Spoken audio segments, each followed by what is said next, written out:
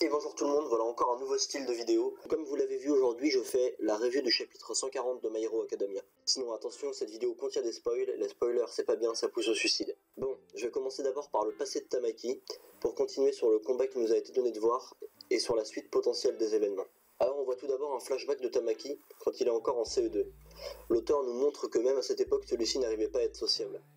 Il nous montre l'exemple de Tamaki qui n'arrive pas à faire une présentation convenable devant sa classe, on voit qu'il bégaye, etc. Donc cette timidité est là depuis longtemps. C'est même probablement une timidité maladive. Il nous a montré que c'est justement à ce moment-là qu'il a rencontré Mirio.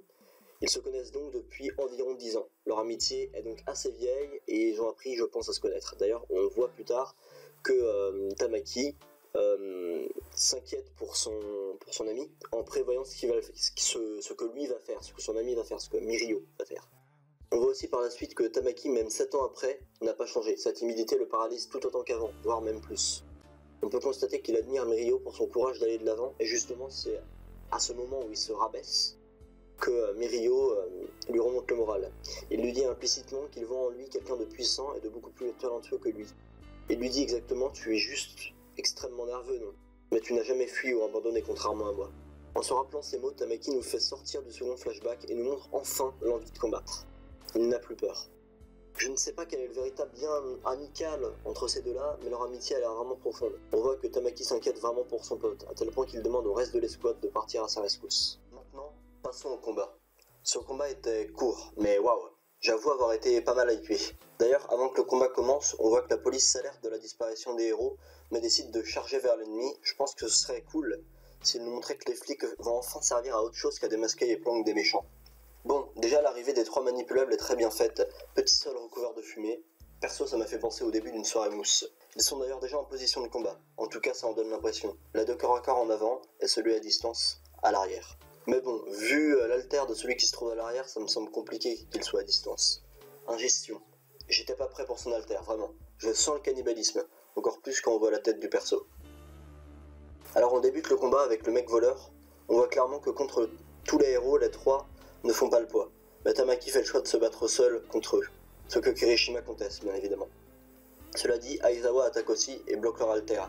Tamaki en profite pour les paralyser et créer une ouverture vers le couloir que les 3 manipulables sécurisaient. Une fois de plus, le groupe s'amoindrit. Il ne reste plus que Fat Gum, Kirishima, le mec à la Lock, je crois, je suis pas sûr, Aizawa, Night Eyes, 2 flics et bien sûr Midoriya. Ils ne sont plus que 8, dont seuls 4 sont des héros professionnels. On voit clairement que le groupe a déjà beaucoup réduit depuis le début. Je trouve que ça s'annonce quand même plutôt mal. Sinon par la suite, Tamaki se fait avoir par l'enculé avec l'alter voleur là. Il lui pique sa protection, en gros le coquillage qui lui sert de protection.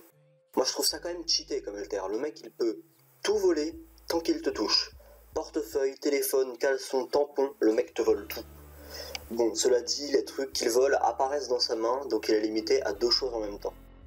Après, Tamaki se prend une patate cristallisée, ce qui lui fait remonter le second flashback dont j'avais parlé avant. Et là, boum, transformation. Tamaki n'est plus Tamaki, il est Sun Eater. Il est enfin prêt pour la baston. Ah, et oui aussi. J'ai pas trop saisi qu'est-ce que c'était que... Enfin, en gros, en quoi sa main s'était changée, en quel animal c'était. Pour moi, c'est un crustacé, mais c'est pas un crabe parce qu'on l'a déjà vu avant, et c'est une pince. Là, c'est carrément ses doigts qui sont un peu devenus, on dirait, crustacés. Sinon, la suite des événements va probablement être compliquée. Après tout, il reste seulement 4 manipulables, ou plutôt encore 4 manipulables, qui ne sont pas encore apparus, ce qui correspond au nombre de héros professionnels qu'il reste.